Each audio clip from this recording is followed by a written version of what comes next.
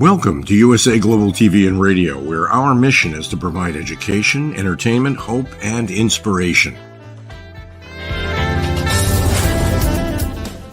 USA Global TV and Radio connects you with experts and audiences all around the world every single day to help you succeed in business and to live a richer life. Visit us at usaglobaltv.com to learn about career and life-changing training and mentoring programs like the Listening Mentor. Subscribe to our newsletter to stay informed about our special programs and offers.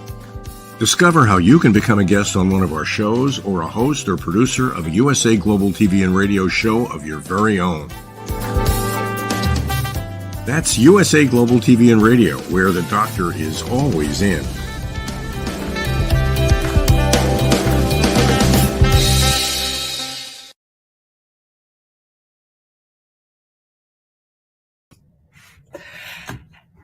Hello and welcome to USA Global TV and Radio. I am Tracy Cram-Perkins and our show today is Dementia Home Care. I invite you to subscribe to our YouTube channel. I am the author of Dementia Home Care, How to Prepare Before, During, and After. And I want to give a special shout out to my viewers on Facebook. We're going to be viewing live once a month on the third Tuesday of every month. And joining us today is our special guest, B. Rhodes. B has a bachelor's degree in clinical psychology and is a certified life coach.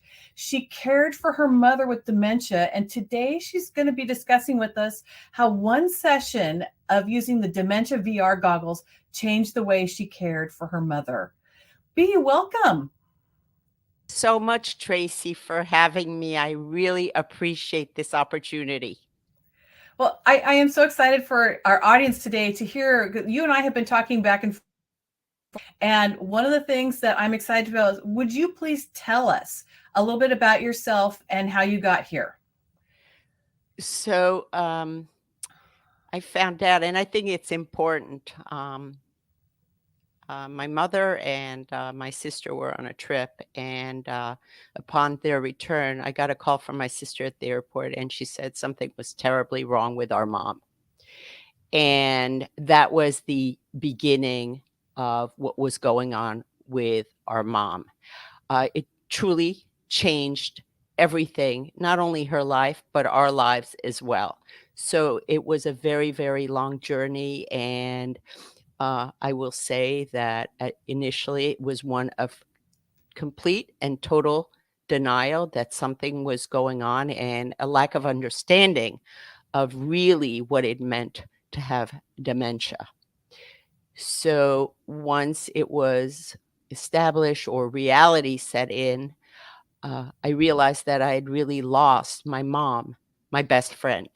So I lost her twice. So it was a journey that spanned many years because she had other health issues. It was not possible over a period of time to take care of her in her apartment. So this is really how my journey, her journey, began.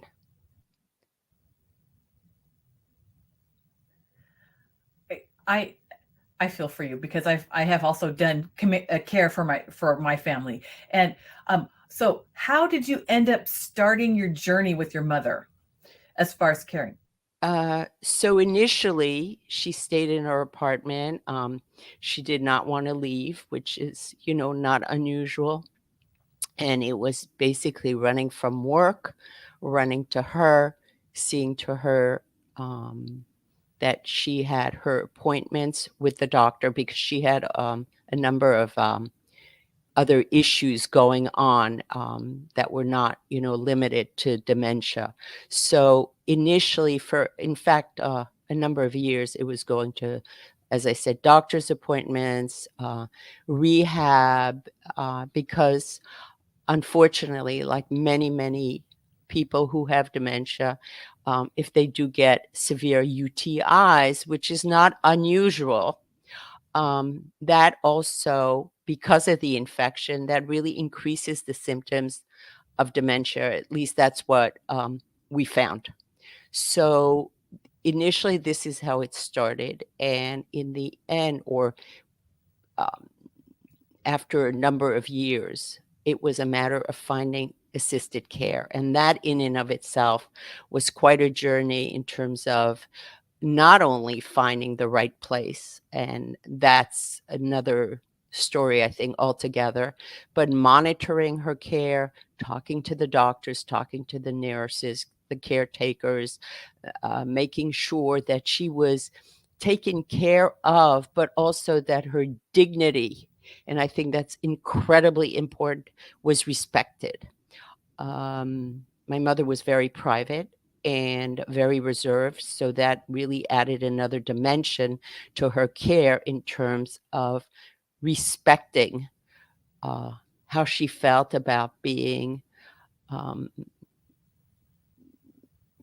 about allowing, I should say, others to see her the way she was. So that was really a journey that spanned many, many years until the end. Okay, so when you were taking care of your mom, at what point did you finally decide you needed to take her in for uh, assisted care? I mean, So I should put it also in the context that my mother lived in New York. So, and I lived in Westchester, and this is Westchester, New York. So there was a lot of going back and forth. What happened was that she would fall. She was a danger to herself, and following yet another hospital stay, of which there were many, the decision was made that she could not return home, and that at that point, she needed a higher level of care. So I'm just trying to situate it, in terms of years, um, maybe 2010, but I'm not even exactly sure of the year that this started, but it was a very, very, long, difficult, and complicated journey, at the point where we did, decide to have her in a facility which could provide the kind of care she needed that we could not provide. okay, next question. So this facility that you have your mom in, is that where you first experienced using the VR goggles? No, there were Oh, several facilities. So, okay. in terms of VR, a VR goggle, and I actually looked at my calendar yesterday, but that happened November of 2014. I didn't even realize it was this long ago. But what I will share with you is that it had a profound, profound impact in terms of how I then looked at my mom and looked at others experiencing um, the symptoms of dementia. So can you tell our audience how you were introduced, first of all, to the VR goggle? So my mother was at a facility, and it was mentioned that there was a tour that family members, um, loved ones, could take that would give us insight into the world of an individual experiencing dementia. So I immediately signed up for it because even though I had some sense of things, I will say that going through this tour gave me an insight that was invaluable, and it left an impression that to this day is indelible. So this is how I happened to go on that tour and sign up for that tour. And whenever you're ready, I'm um, glad to share some of the details of that and how it impacted me, and ultimately how it impacted her. Actually, if you could go ahead and just tell the audience what you experienced, because when you told me the first time, I was so shocked at what you went through. I think people will find it very shocking, but also very eye-opening. So please tell us. Of course. So the tour lasted 15, 20 minutes. I should say that it felt like a lifetime. So I think I was given some sort of footwear and goggles. And basically, what I experienced was not even knowing uh, truly had to put one foot in front of the other. Nothing felt solid, nothing felt concrete. The other piece to that was the incessant background buzz, if you will, where you could not really focus on what you were hearing or what you were asked to do. So that was part of it. The never ending disruption, the no quiet time, which was a huge factor. Also, simple task, or at least the task we all find relatively simple, picking up a quarter, picking up a nickel. Some of that was actually impossible to do. Sitting in a chair, finding exactly where that chair was. The fear of falling because you couldn't really locate the chair, feeling disoriented, feeling mostly frightened. And as I said, this lasted 15 to 20 minutes. It felt like it went on forever. It was one of the more frightening experiences. Now, of course, I was conscious of the experience. I could identify the experience, but taking that to the next level of the individual who lives this way day in, day out during their entire waking hours, I cannot even begin to tell you how painful, difficult, and frightening that must be. And I will tell you that coming out of this tour, I realized that patience, yes, is definitely needed, but it's not just patience, it's the kindness that is needed when working with or caring or visiting someone with dementia. They are, I think the fear is probably what had the most impact on me. They live in fear. Um, I think that the impact of that was the most powerful piece of that tour. Uh, Again, repeating myself here, picking up quarters, sitting in a chair, and there were a number of other things. I don't quite remember exactly what they were, but it was an entire journey that lasted 15 to 20 minutes, but felt like a lifetime. So what I can share with the viewer, what I can share with anyone and everyone is please, please, please understand that being patient, in as much as it can be difficult, makes an enormous difference in the quality of life that you are giving the individual who has dementia. I think the goal is to understand that what we take for granted, they don't see, they don't know about, and you just want to give them the best possible experience with whatever time they have left. I cannot emphasize that enough. I wish I had known more before taking the tour.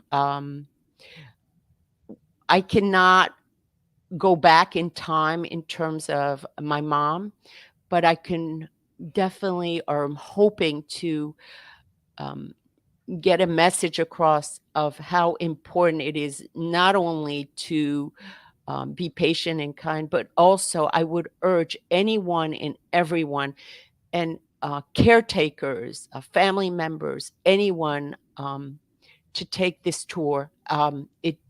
It changed everything. It really did. I thought I was really a very on top of it individual with my mom, and in many ways I was, but this gave me a deeper perspective of what it is that people with dementia go through. So, B, can you describe, because you described this to me once, what it was like for you when they had you with the gloves on and the VR goggles and you had to pick up the quarter? Can you describe kind of step by step how you did that and how it felt? Yes. So I would see the shape of the quarter. I knew it was a quarter I was supposed to pick up. I knew there were coins. I think there was some sort of prep prior to taking the tour. But the unbelievably frustrating aspect of this was that I thought I was grabbing the quarter, but I was in fact not grabbing the quarter. I think I was able to manage ultimately the quarter, but I was not able to manage the nickel or the dime. And I, I felt helpless. I wanted to pick up that coin, but I felt completely helpless to do so. No matter how much I tried, no matter how much I reached for the coin, I just could not do it. It was truly an awful feeling because that translates into not just the coins, it translates to anything and everything that is part of our daily lives. I cannot I, I cannot imagine having gone through that since I have not done it myself. But the feeling that you are conveying right now about the frustration and what they're going through, so many of us don't automatically know. It's, we wouldn't even expect it. It's outside of our life experience, and it's the curse of knowledge. You don't know what you don't know until you know it. And so not having had the opportunity to experience it, not being able to see how to sit in a chair, not being able to feel how you're walking, I mean, that's a deeply emotional thing. So when you went through that, how did you personally change with how you behave towards your mother? I mean, how did you express the change in yourself to her?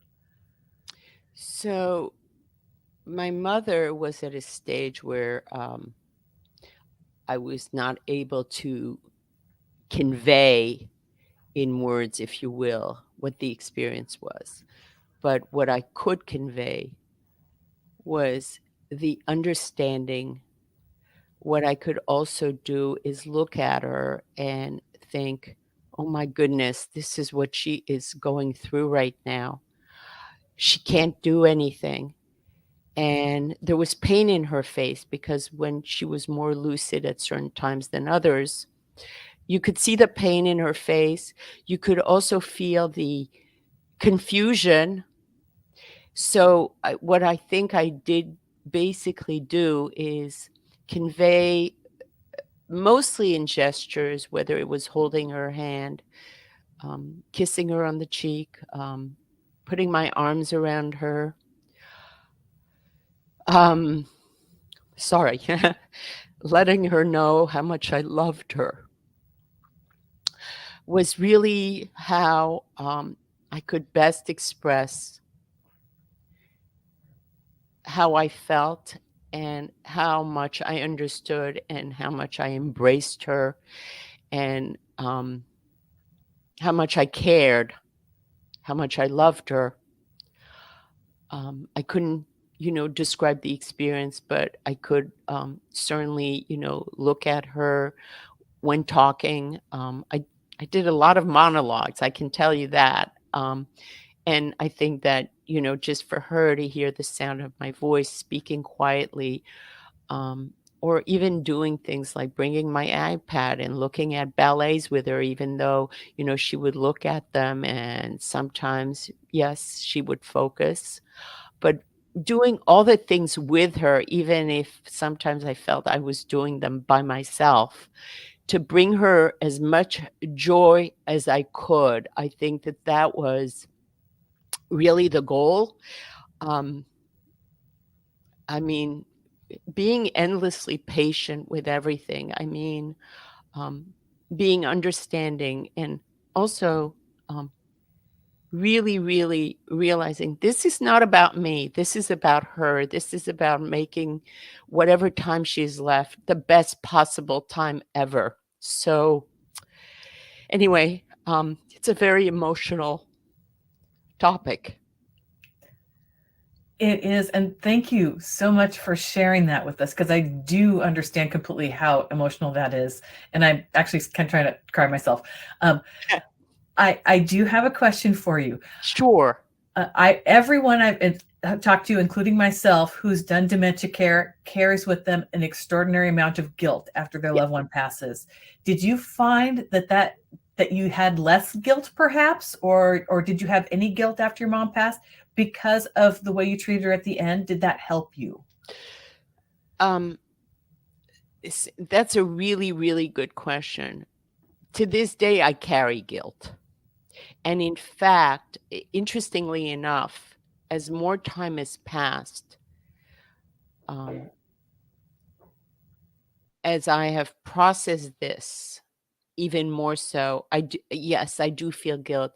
But what I will say, the guilt was lessened by the fact that I had a better understanding of what she was going through. And I will say that I am sure that since the time I've taken this tour, I'm sure they've added to it. And Tracy, I cannot even tell you how much I would encourage you and others to take this tour. I mean, it's invaluable.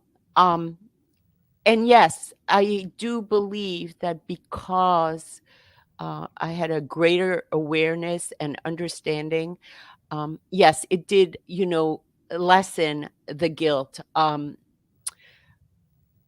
think that a lot of the guilt, at least speaking for myself, comes from the fact that initially I was in denial and um, I thought, well, she's got to be making some of this up. I mean, no one can forget everything like this. That's just not, possible. Because no matter how much you read about it, um, no matter how many documentaries, movies you see, it is not truly until you experience it that you really know what it is that you're dealing with. So I am hoping that by sharing all of this, um, even if the viewer has not or is in the process of experiencing it, I can convey what it feels like. And the more you do, the more patient you are, the more you understand. And this tour really was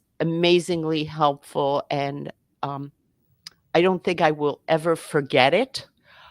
It's been a few years, but yes, it will also lessen, I think, your guilt because you're doing everything you can with a broader understanding of what it is to have dementia. That is so tremendous. I mean, there's nothing truly prepares you for it up until this point. I mean, until I heard about the VR goggles, I never even knew that existed, and I could never get into my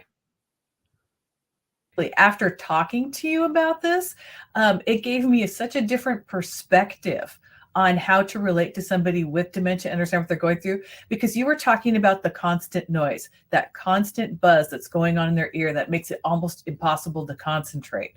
And it's something you can't forget because suddenly you're in a family situation, and you've probably experienced this, and I'll ask you to talk about it in a minute, but where they're sitting along and your loved one's going along fine, everything seems going all right, and suddenly they just melt down and you can't calm down, and they just become angry, and there's this huge outburst. Have you ever experienced that with your mom? So, yes, I mean, my mother had a number of these episodes, and mostly, during sundown. However, when there were gatherings, it was absolutely instrumental that people be calm, that no one have words with each other, which could be difficult because when you're in these situations, emotions are high. But one of the things that really makes a difference is to have as little as possible in terms of background interference, because the individual who is experiencing dementia is overwhelmed. And I mean overwhelmed by background noise. I'm just trying to think about it in terms of um, someone hearing, say, a trains going by or the subway going by all day long without interruption. It's always there. It's louder at times than others. It's interfering with your thoughts. It's getting into your headspace, if you will. And yes, it will create a situation where the individual who is living with dementia will conceivably explode, because the frustration level must be so unbelievably high. And I can relate to that in terms of the tour I took, because the background noise, the buzz, it's like you want to scream, "Stop, stop, just be quiet, stop. I can't think. You're you're in my ears. You're just leave me alone." It's a lot of these feelings that come into play, and they do for the rest of us under, normal daily circumstances, which is why noise, um, it's such a problem to begin with. But this is, um, the experience with something like that is even stronger. I tenfold, 20-fold, I don't know, for the person who has dementia. So yes, my mother did have these meltdowns, and um, they were not born of um, wanting to have a meltdown or anything like that. It was born of the frustration and of the fact that it was incessant and it was too much for her to take. So that is also something to consider when you are with a family member who has dementia, or you are in a facility where there's a lot of noise. It's something to be aware of and try to minimize as best you can. And it's something that I think also would be lovely. Okay, I shouldn't say lovely because this is a painful experience, but if more people could experience this, I think it would be kind of an emotional cathartic release to understand. Because the more we understand, the easier it is to cope with it. But because it's so far out, if you have tinnitus, you might be able to understand what somebody with dementia is going through because of that incessant buzz that's going on in your head. But it's that buzz on steroids to the point where you want to stick a knitting needle in your ear. And so I really appreciate you sharing that part of the experience with us. Did you have any other takeaways that can't come to mind?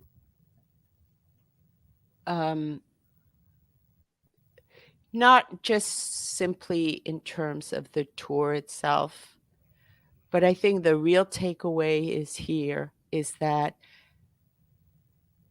however much patience is required, however long that individual is going to be with you, um, however difficult it is, try to cherish every moment, because once they're gone, they're gone. And yes, you have memories of them in pictures and so on and so forth, and anecdotes,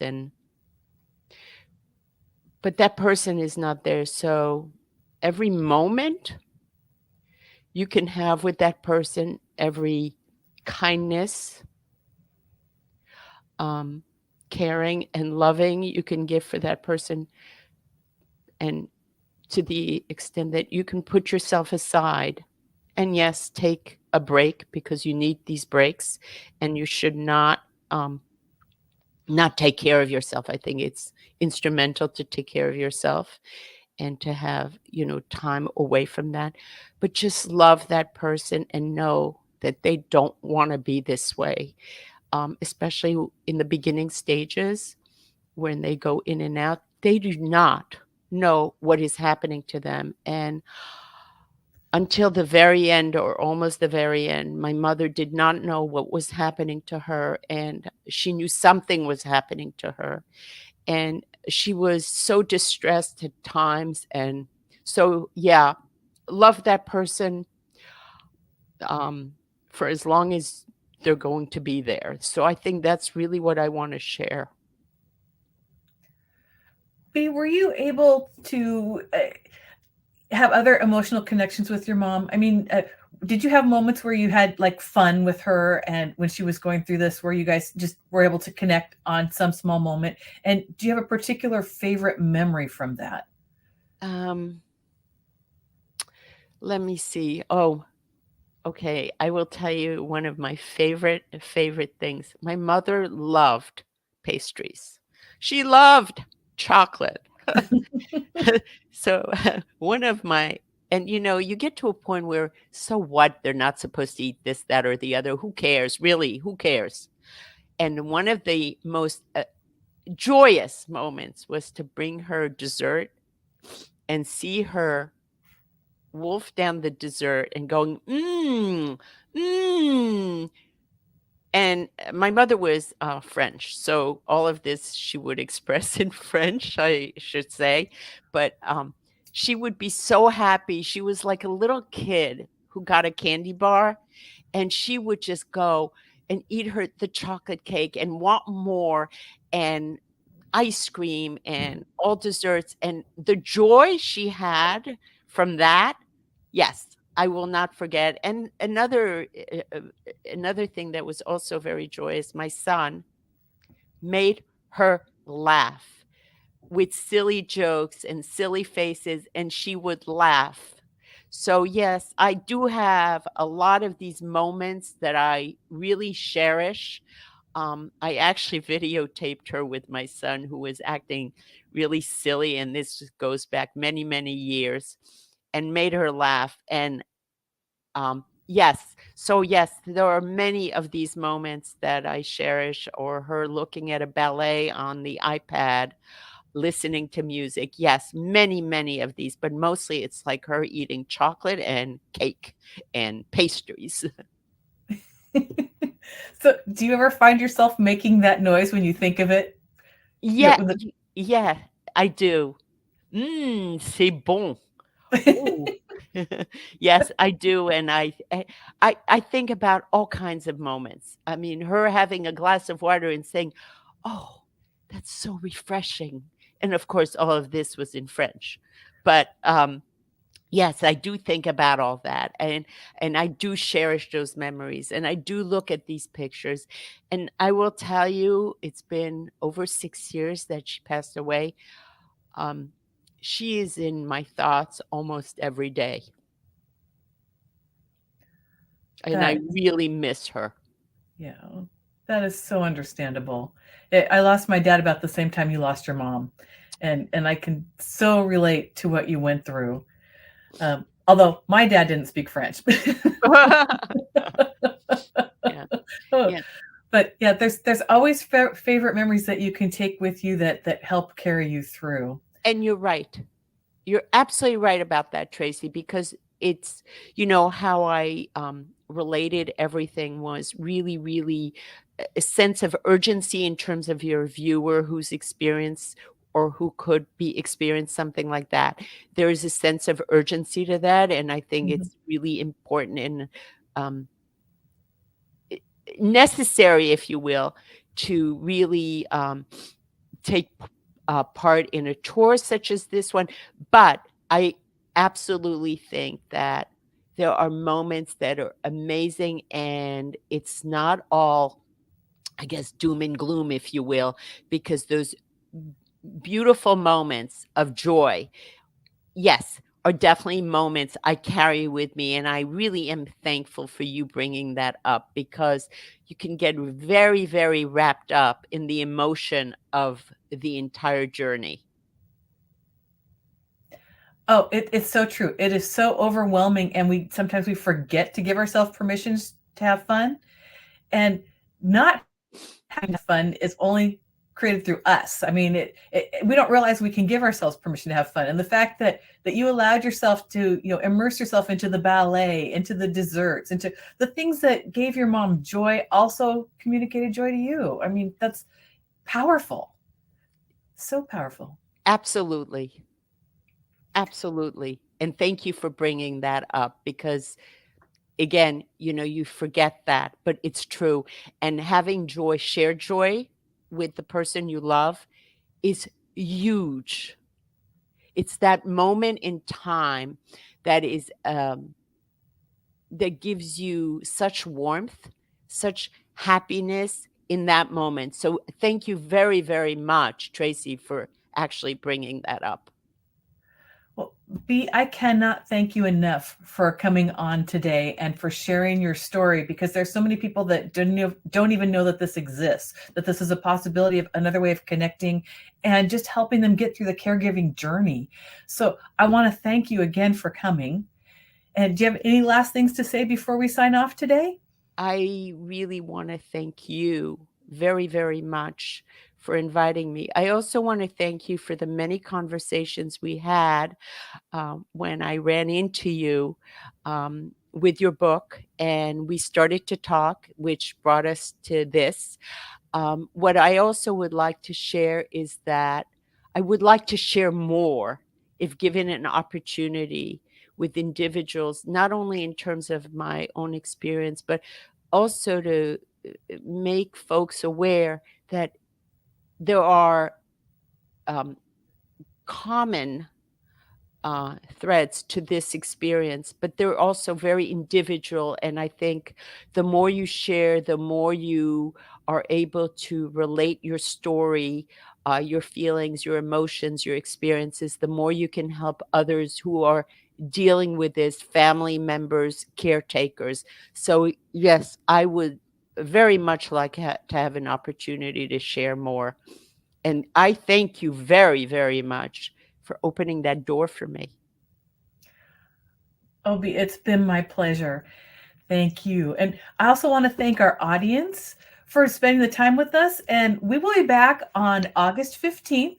And our guest will be Suzanne Newman, the founder and CEO of Answers for Elders, and the host of the nationally syndicated radio program and podcast, Answers for Elders, the North Star of Navigating Senior Care. She cared for her own mother through vascular dementia from COPD and is a family caregiver coach.